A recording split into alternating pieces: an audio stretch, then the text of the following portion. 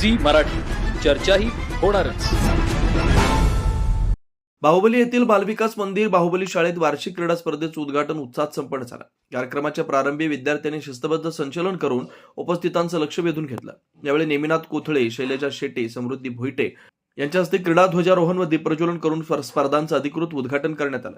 उद्घाटन प्रसंगी प्रमुख पाहुण्यांनी क्रीडेमुळे विद्यार्थ्यांमध्ये शिस्त, संघभावना, आत्मविश्वास व आरोग्यपूर्ण जीवनशैली विकसित होते असं मार्गदर्शन केलं. शाळेच्या मुख्याध्यापकांनी आपल्या मनोगतातून क्रीडा व शिक्षणाचा समतोल साधण्याचं महत्त्व अधोरेखित केलं.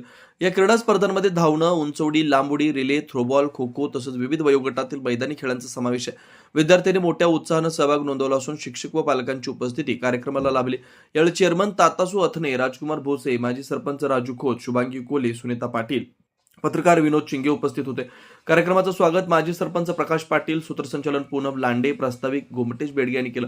कार्यक्रमाचं सूत्रसंचालन व आभार प्रदर्शन शाळेच्या क्रीडा शिक्षकांनी केलं. स्पर्धांच्या यशस्वी आयोजनासाठी शाळेच्या शिक्षक वर्गानं विशेष परिश्रम घेतले. प्रतिनिधी विनोद चिंगेसह कॅमेरामन अतुल कसबेकर, कुंभोज.